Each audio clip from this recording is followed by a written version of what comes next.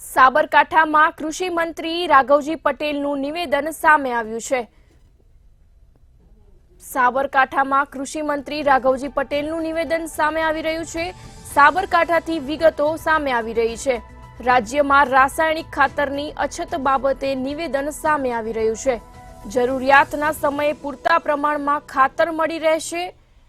રાજ્યમાં હજુ વાવેતરની શરૂઆત થઈ છે। રાઘવજી પટેલનું નિવેદન સામે આવી રહ્યું છે। રાજ્યમાં રાસાયણિક ખાતરની અછત બાબતે નિવેદન સામે આવી રહ્યું છે। કૃષિ મંત્રી રાઘવજીભાઈ પટેલનું નિવેદન સામે આવી રહ્યું છે। સાબરકાંઠાથી વિગતો સામે આવી રહી છે। રાજ્યમાં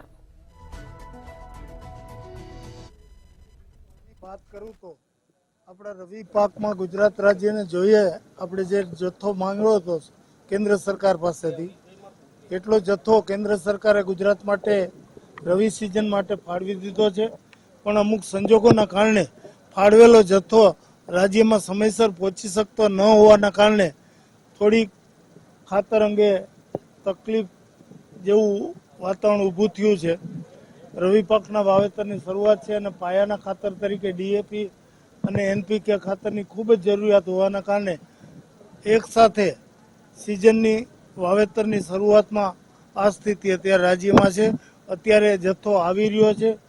અઠવાડિયામાં લગભગ આ પ્રશ્ન ધીરે ધીરે સોલ્વ થઈ જશે। કયા કયા વિસ્તાર એવા છે જ્યાં શોર્ટેજ વધારે પહોંચી રહ્યું છે? આમ જોઈએ તો લગભગ આખા ગુજરાતમાં રવિ પાકના વાવેતરની અત્યારે શરૂઆત છે અને જ્યાં જ્યાં વાવેતર કરવાનું હોય ત્યાં પાયાના ખાતર તરીકે ડીએપી અને એનપીકે ખાતરની જરૂરિયાત રહે છે। ખાતર પ્રાઇવેટ કંપનીમાં પણ લઈ જવાતું હોય છે,